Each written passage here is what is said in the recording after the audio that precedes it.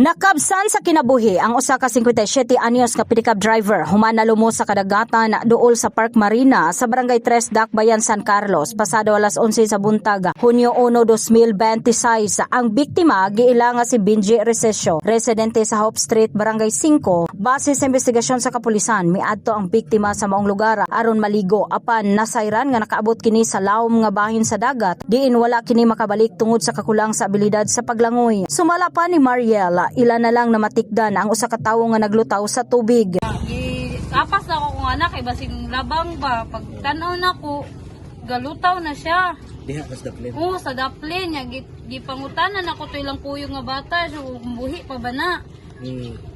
Ano naman siya kanina raman na nagkuhan dira, naglutaw. Wala man din ninyo kuhan na siya. Wala man po may kabalo. Muna gidol na ako direct kong kauban, kung bayi nga.